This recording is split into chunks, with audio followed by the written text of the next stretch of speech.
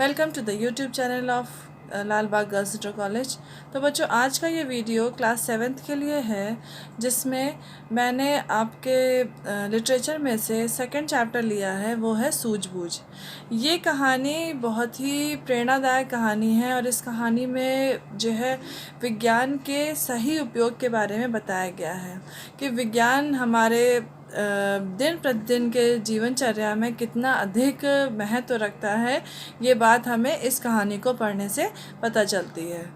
तो ये कहानी है दो बच्चों की, जिनको जो है अगवा कर लिया जाता है और बाद में उनके घर वालों से फिरौती के लिए पैसे मांगे जाते हैं।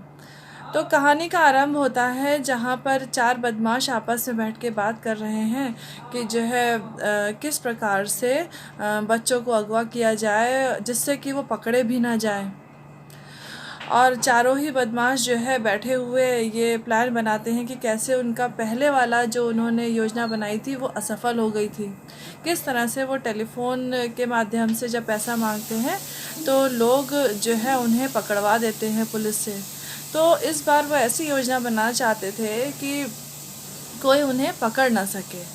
इसलिए वो कहते हैं कि इस बार हम जो है एक पत्र भेजेंगे और उस पत्र के सहारे फिरौती की रकम मांगेंगे। तो इसके लिए वो शहर के जाने माने एक नागरिक डॉक्टर नवल किशोर जी के दोनों बच्चों को अगवा करने की योजना बनाते हैं। उनके दो बच्चे हैं, एक जो है 12 वर्षीय रुधिर उनका पुत्र है और 8 वर्षीय शिरा जो है वो उनकी पुत्री है। दोनों ही बच्चे स्कूल जाते हैं और जो है वहीं से उनका अपहरण कर लिया जाता है। अब क्योंकि दोनों बच्चे छोटे हैं तो जो शिरा है वो छोटी होने के कारण बहुत अधिक घबरा जाती है, जल्दी वो रोने लगती है, परेशान हो जाती है। लेकिन जो रुधिर है वो समझदार है, वो उससे बड़ा है, तो उसको समझाने का हमेशा प्रयास करता है। अब दोनों ही बच्चों को एक कैद में रखा गया है जहाँ पर बहुत अधिक अंधेरा है, तो वो बच्ची डरती है और रोती भी है। लेकिन जो उसका भाई होता है रुधिर, वो उसे समझाता है कि इस तरह से रोने से कुछ भी मिलने वाला नहीं है और तबीयत खराब हो जाएगी। तो ऐसा जो है रुधिर शिरा को समझाता है। वो कहता है कि केवल रोने या घबराने से कुछ हासिल नहीं होने वाला है।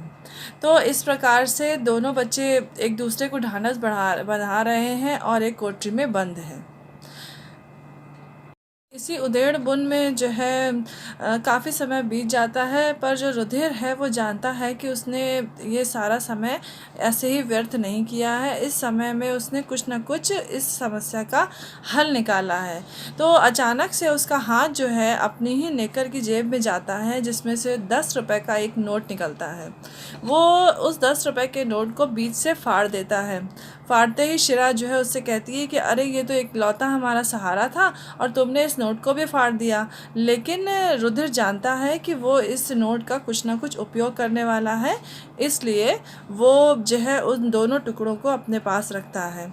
उसके बाद आगे जो है अपनी बहन को कहता है कि देखो, जब मैं इशारा करूं तो तुम ज़ोर ज़ोर से रोने लगना।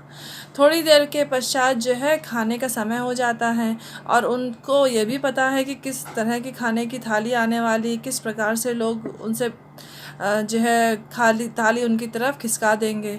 तो उन्हें पता है कि 4 रोटी थाली में आएगी और सब्जी थाली में आएगी और बाहर से कोई भी व्यक्ति उस थाली को अंदर की तरफ सरका देगा। तो ऐसा ही होता है और जब वो थाली सरका के आदमी जा रहा होता है, तभी जो है रुधिर शिरा को इशारा करता है कि तुम रोने लगो। तो शिरा जो है बहुत ज़ोर ज़ोर से रोने लगती है।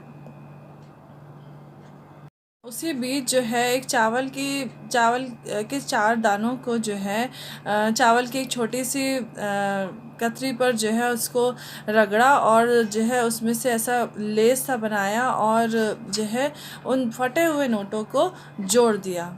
और जोड़ने के बाद पश्चात जो है उसने उसने थाली में रखे हुए प्याज को मसला और उसका रस निकाला, और उस रस से जो है उसने उस नोट के जो जहाँ पे उसने जोड़ा था वहाँ पे कुछ लिखा।